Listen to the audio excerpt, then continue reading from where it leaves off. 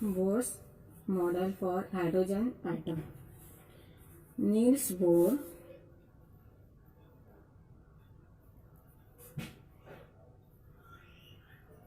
in 1913 put forth his postulates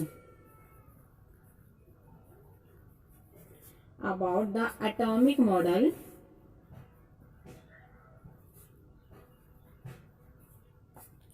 for hydrogen.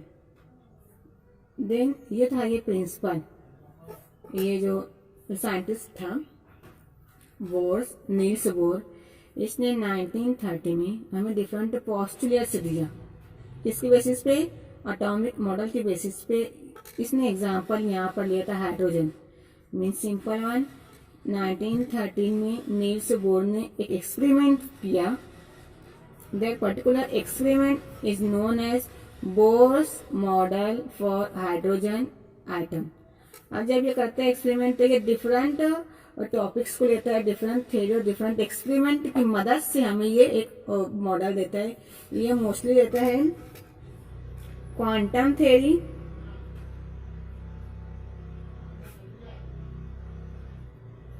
Again ये use करता है वेव पार्टिकल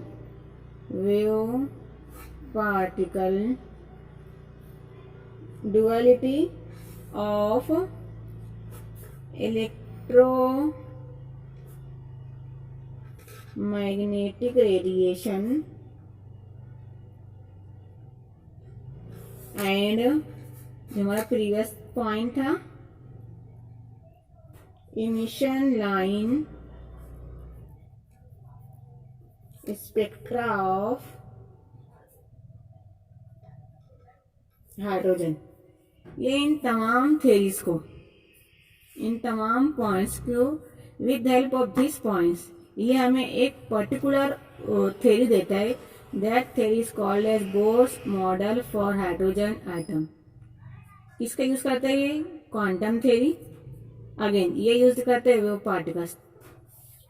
तो हमें देखते हैं ये different postulates of atomic theory.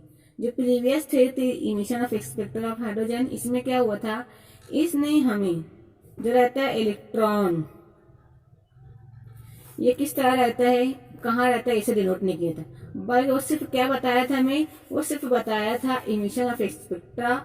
Means वो सिर्फ हमें बताया था प्रोटॉन और पॉजिटिवली चार्ज पार्टिकल को उसने इंडिकेट किया था. बट बोर मॉडल में क्या करता है, ये बताता है इलेक्ट्रॉन किस तरह से रिवॉल्व होता है अराउंड द न्यूक्लियस. से हमारा बेसिक क्या था, in nucleus positively charge proton and chargeless neutrons are present. Again Bohr क्या कहता है, ये a fixed orbits, fixed states, fixed shells. ये क्या बताता है बोर हमें, जब न्यूक्लियस में पॉजिटिवली चार्ज प्रेजेंट रहता है तो इसके सराउंडिंग में continuous electrons means negatively charge particles continuous revolve होते रहते हैं. बट जो रहता है ये इलेक्ट्रॉन, ये अपने फिक्स्ड ऑर्बिट में, fixed orbit as well as fixed shell में रिवॉल्व होते रहते हैं, मीन्स घूमते रहते हैं. रहता है इसका डिस्टेंस, इसकी एनर्जी, ये एनर्जी इसकी ऑलवेज फिक्स रहती है. इस पर्टिकुलर इलेक्ट्रॉन की एनर्जी फिक्स रहती है. ये पर्टिकुलर इलेक्ट्रॉन वो अपने फिक्स्ड इस फर्स्ट शेल में रिवॉल्व होते रहता है, फर्स्ट ऑर्बिट में रिवॉल्व होते रहता है. ये हमें कौन बताता है, बोर बताते हैं. अगेन ये और क्या कहते हैं कि जब ये पहला इलेक्ट्रॉन पहले शेल और फर्स्ट ऑर्बिट में रहते हैं, अगर इस इलेक्ट्रॉन को सेकंड शेल में जाना है, यहां जाने के लिए क्या करता है, ये एनर्जी को इसे एब्सॉर्ब करना पड़ेगा. क्या करना पड़ेगा, ये होता है इसका लोअर शेल, लोअर ऑर्बिट, ये होता है इसका हायर ऑर्बिट. तो अगर हम इस इलेक्ट्रॉन को लोअर ऑर्बिट से हायर ऑर्बिट में जाना है तो ये क्या करेगा, एनर्जी एब्सॉर्ब करेगा और फिर उसी वक्त ये ट्रांसफर होगा लोअर टू हायर।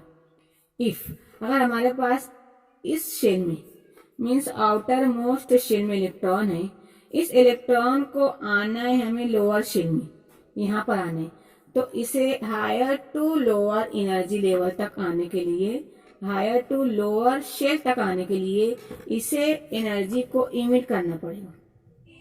क्या करना पड़ेगा? इसे एनर्जी को इमिट मीन्स एनर्जी को इसे इवॉल्व करना पड़ेगा।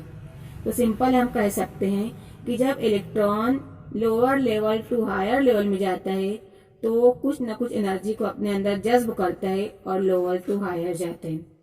लेकिन अगर वो रहता है हायर लेवल में, हायर शेल और ऑर्बिट में, तो उसे लोअर शेल और ऑर्बिट में आने के लिए एनर्जी को इमिट करना पड़ता है। तो सिंपली हम कह सकते हैं कि जब ये एनर्जी इमिट करता है मीन्स ये क्या प्रोड्यूस करता है? रेडिएशन को प्रोड्यूस करता है। सेकंड वन, अब क्या बताता है हमें ये बोर मॉडल? ये हमें देता है द फ्रीक्वेंसी ऑफ रेडिएशन।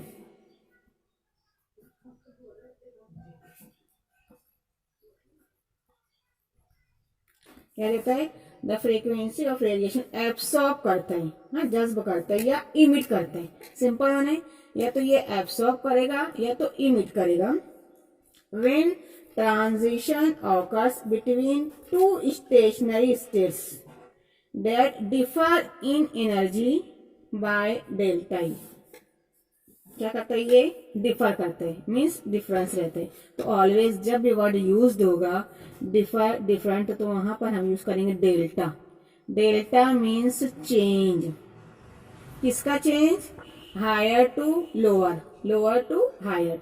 तो ये होता है चेंज होती है यार energy. Delta E is equal to E2 minus E1 होता है। एनर्जी यहाँ पे चेंज होती है higher level to lower level. इस इलेक्ट्रॉन को इमिट होने में, एब्सॉर्ब होने में जो एनर्जी रखता है। अगेन यहाँ पर देख सकते हैं हम यार E2 और E1 आर द, यार E2 is higher energy and E1 is lower energy. इसी बेसिस से हम देखते हैं frequency of radiation. Frequency is denoted by nu. Again frequency is nothing but the ratio of change in energy upon small h means Planck's constant. अब delta E क्या था? ये difference था किसका? हायर टू फाइनल का। तो हम लिख सकते हैं ये E2 minus E1 upon H। ये E2 क्या शो करता है? E2 is nothing but the higher energy level and E1 क्या शो करता है? Lower energy level and H is the length constant. This expression is known as, ये expression कहलाती है बोर्स। इसे किसने डिस्कवर किया? बोर ने डिस्कवर किया, इसलिए क्या कहते हैं? Bohr's. Again nu is nothing but the frequency. तो हम लिख सकते हैं ये इक्वेशन और ये एक्सप्रेशन कहलाती है बोर्स फ्रीक्वेंसी रूल। जो भी शेल ऑर्बिट और इलेक्ट्रॉन इस रूल को फॉलो करेगा तो दैट पर्टिकुलर एक्सप्रेशन वो किसे शो करता है? तो वो शो करता है बोर्स मॉडल को। तो this expression is called as, और this rule is called as Bohr's frequency rule. अब यहाँ देखते हैं again the angular momentum.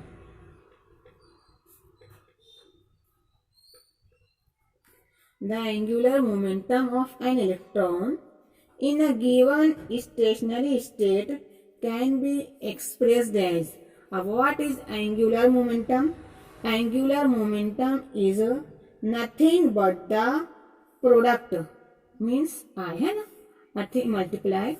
Angular momentum is nothing but the product of moment of inertia means I and angular velocity omega. रहेगा ध्यान में? Angular momentum is nothing but the product of क्या है? moment of inertia and angular velocity. Again ये क्या हो जाता है? जब ये चेंज होता है तो ये moment of inertia is nothing but the m r square and क्या होता है ये हमारा angular velocity is nothing but velocity upon radius, then they show radius 1 get cancel, remain यहाँ बचता है एम वी आर।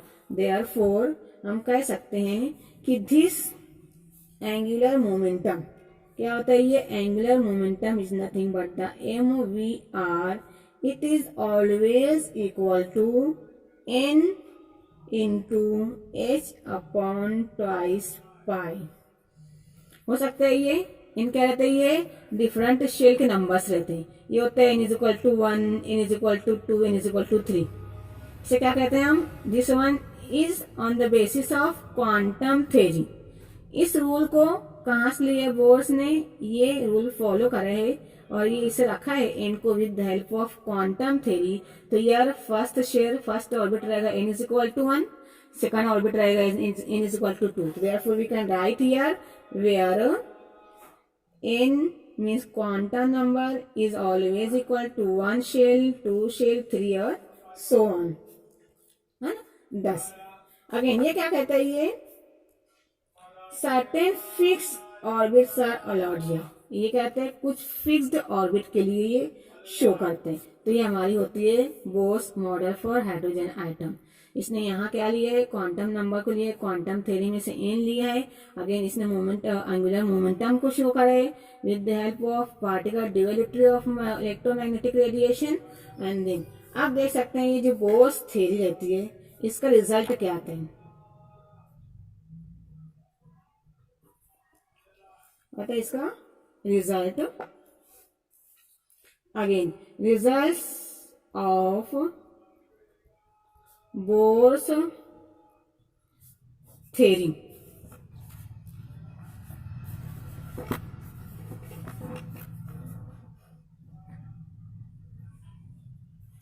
रिजल्ट हम क्या देखते हैं, ये जो बोर थ्योरी है ये हम इसे इस्तेमाल कर सकते हैं ड्राइव करने के लिए, हासिल करने के लिए द एनर्जीज ऑफ ऑर्बिट्स।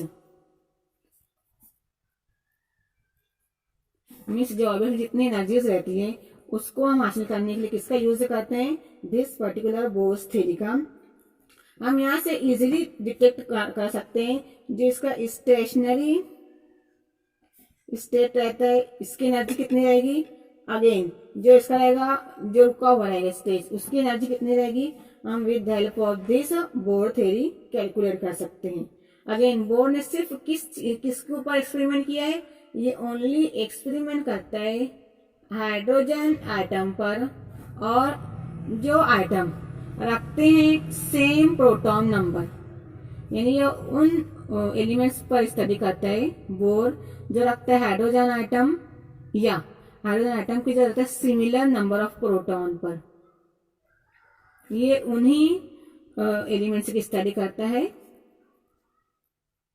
और अदर देन वो किसी की स्टडी नहीं करते। अगेन ये क्या बताते हैं बोर्स, इसका जो फर्स्ट रिजल्ट होता है ये बताते हैं हमें the stationary states for electrons are numbered. जो रहता है हमारे स्टेशनरी स्टेट जो डिफरेंट शेल रहते हैं, ये रहता है हमारा न्यूक्लियस। तो ये फर्स्ट सेकंड थर्ड है ना, तो हमारा हर एक का स्टेशनरी स्टेट फिक्स्ड है। हर एक का जो एनर्जी रहता है न्यूक्लियस से ये सब एनर्जीज फिक्स्ड रहती है, फ्रीक्वेंसीज भी इसकी फिक्स्ड रहती है। तो फर्स्ट में रिजल्ट देता है हमें ये कि इसमें ऑलवेज जो स्टेशनरी स्टेट्स रहते हैं एन ये रहता है 1 2 3 and so on. Again these integers और these numbers are called as principal quantum number.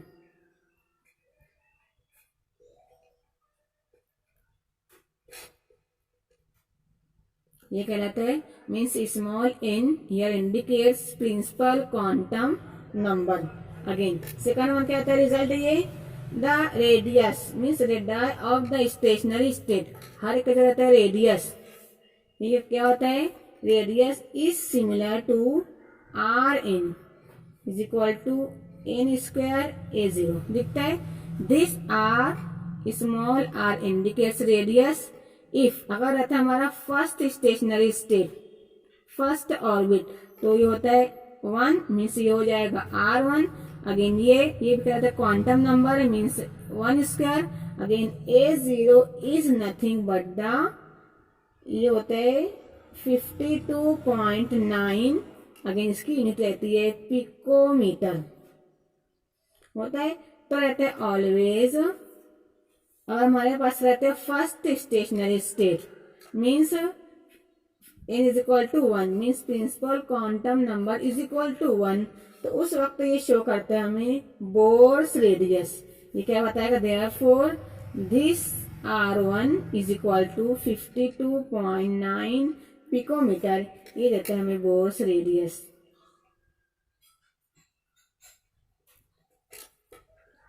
होता है इफ अगर प्रिंसिपल क्वांटम नंबर 2 हो जाते हैं तो हम यहाँ क्या लिख सकते हैं, Rn था means R2 is equal to, यहाँ भी है 2 स्क्वायर A0 होता है। अगर ऐसे हम सॉल्व करते हैं तो इसकी भी क्या आती है, हमें डिफरेंट इक्वेशंस मिल सकती है।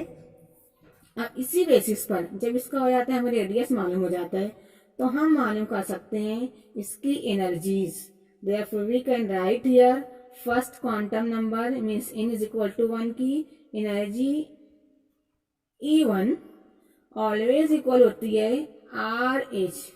Here RH means Rydberg constant for H indicate करते हैं हमें hydrogen, this one is the Rydberg constant for hydrogen. ये होता है हमारा 1/n²। अगेन here n always used as principal quantum number 1, 2, 3। अब यह देखते हैं हम जो होता है रेडबर्ग कांस्टेंट फॉर हाइड्रोजन, ये ऑलवेज रहते हैं इक्वल टू 2.18 इंटू 10⁻⁻18 होता है। अब यहाँ लेते हैं हमारा फर्स्ट शेल की energy E1, Rydberg constant for hydrogen is nothing but minus as it is 2.18 into 10⁻⁸18। अब यहाँ लिखते हैं हम 1, हियर हम यूज करते हैं n इज इक्वल टू 1, तो यहाँ क्या लिख सकते हैं 1²। Therefore first energy in first shell stationary orbit is nothing but minus 2.1 into 10⁻⁸18, क्योंकि पूरी टर्म क्या हो जाएगी 1 आ जाएगी। तो यहाँ लिख सकते हैं हम this one is the ground state energy. Energy कौन सी रहेगी, इन ग्राउंड स्टेट एनर्जी जो ऑलवेज इक्वल रहती है -2.18 इंटू 10⁻18 जूल। किसने मेजर करते हैं एनर्जी को, इन जूल होता है। इफ अब देख सकते हैं if n is equal to 2, देखते हैं n इज इक्वल टू 2 तो ये टर्म क्या हो जाएगी E1, ये ग्राउंड स्टेट है, ये कहाँ जाएगा, ये शेल ये था n इज इक्वल टू 1, ये इस शेल में आ जाएगा 2 में सेकंड स्टेशनरी स्टेट में, तो वहां पे एनर्जी क्या हो जाएगी, इसका रेडियस भी चेंज हो जाएगा, इसकी एनर्जी भी चेंज हो जाएगी।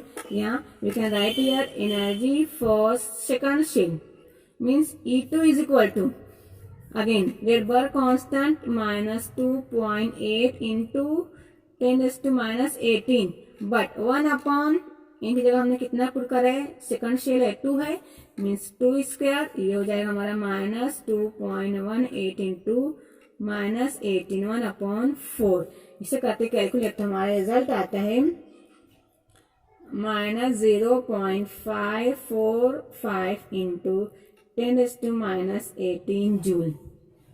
क्या आता है, सेकंड स्टेशनरी स्टेट की जो एनर्जी रहती है always equal to -0.545 into 10⁻⁸18 joule. तो इस तरह से हम with help of principal quantum number, with help of radius, with help of जो रहते हैं डिफरेंट एंगुलर मोमेंटम, इन तमाम को इन्होंने कंक्लूड कर दी, एक साथ इसने इसकी स्टडी कराई और हमें बताते हैं कि ग्राउंड स्टेट की एनर्जी क्या होती है। एंड अगेन जब वो स्टेट चेंज होती है, एक्साइटेड स्टेट में जाती है मीन्स सेकंड स्टेट में जाती है, तो वहां पर भी उसकी एनर्जी क्या होती है। तो इसने हमें easily with help of different theories की मदद में बता दिए है। अब नेक्स्ट इसने बताया हमें